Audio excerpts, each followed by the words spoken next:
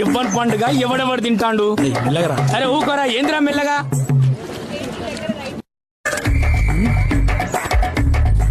ఏరా ఏం చూస్తానోరా, నీ ఇంట్లోకెళ్ళి ఏమన్నా నేస్తానవా? ఏయ్ ఆగుతావు 2 నిమిషాలు.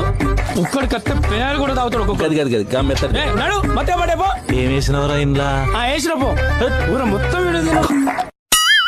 ఒకే ఒక టమాటా నువ్వే, వెజిటేబుల్ కి కింగ్ అయ్యావే, యాపిల్ కన్నా నువ్వే ఇప్పుడు రేటుగున్నావే.